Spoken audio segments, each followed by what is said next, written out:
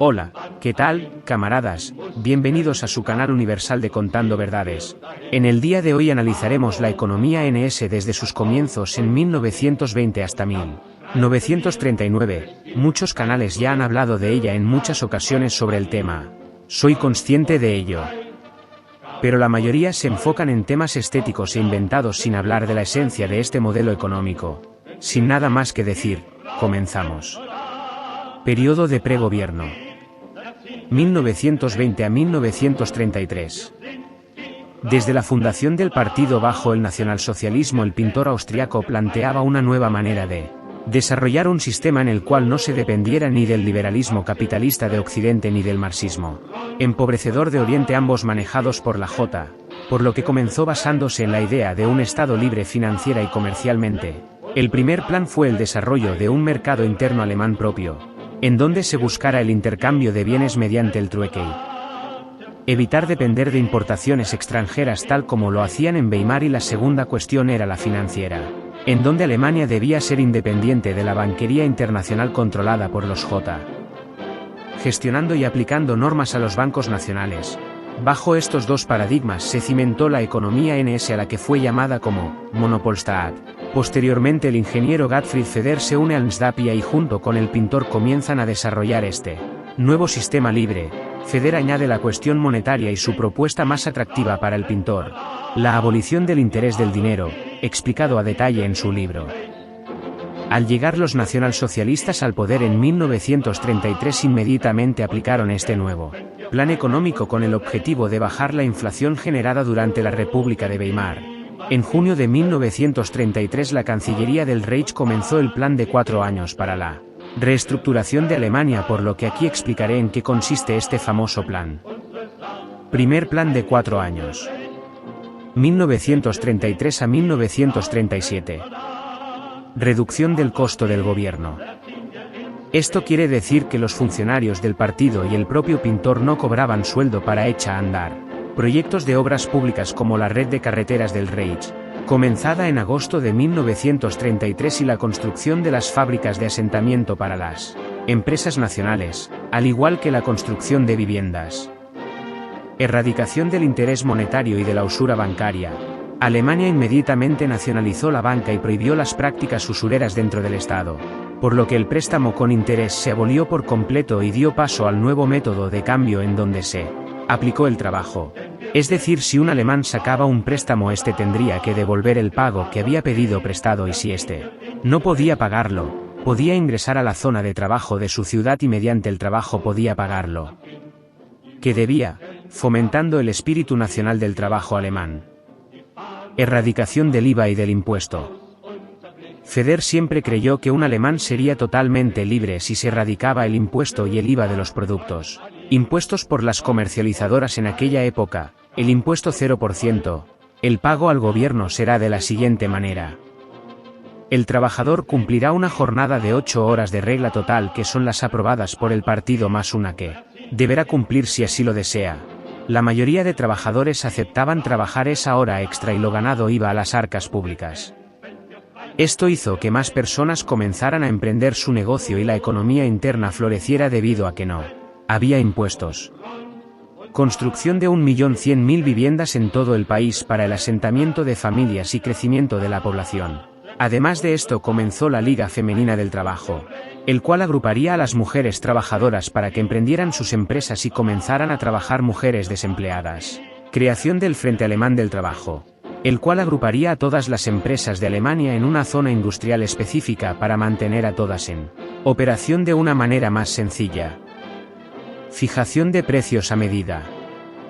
La fijación de precios a medida se aplicó con el objetivo de establecer un precio fijo en los productos una vez estabilizado el Reichsmark, para evitar totalmente las inflaciones y las deflaciones. En caso de deflación, lo que se hacía era un aumento ligero o un bajo ligero, por eso se llamó a medida y fue una política de Gottfried Feder. Bien, una vez comentado en qué consistía especialmente el primer plan, vamos con el Estado autárquico. En 1935 este sistema había logrado la ocupación en hectáreas de una gran cantidad del espacio alemán, se producían alimentos, minerales, recursos, Energía y productos domésticos de las mejores calidades posibles debido a la Ley de Estándares de la Calidad, impuesta en Nuremberg en 1935. Esto hizo que Alemania dejara de importar descontroladamente como lo hacían en la década de 1920s. La gestión empresarial del nacionalsocialismo era mediante un factor llamado Unternehmertum, que básicamente el Estado financiaba a los empresarios privados o a los emprendedores para que estos crearan un Estado manejado por el empresario mismo.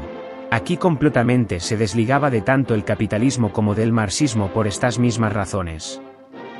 El desempleo fue una de las cosas con las que los NS tuvieron que lidiar. El pintor austriaco aplicó un plan sencillo, muy al contrario de lo que dicen algunos pseudoeconomistas sobre que los alemanes fueron obligados a trabajar en condiciones extremas haciendo tanquesitos militares.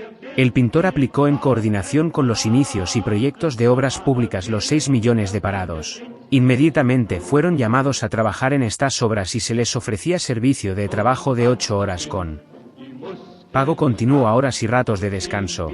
Algunos se quedaban más horas porque sentían ese deber de servir a la nación. Alemania redujo el desempleo en un 84% en tan solo 2 años del ascenso del partido.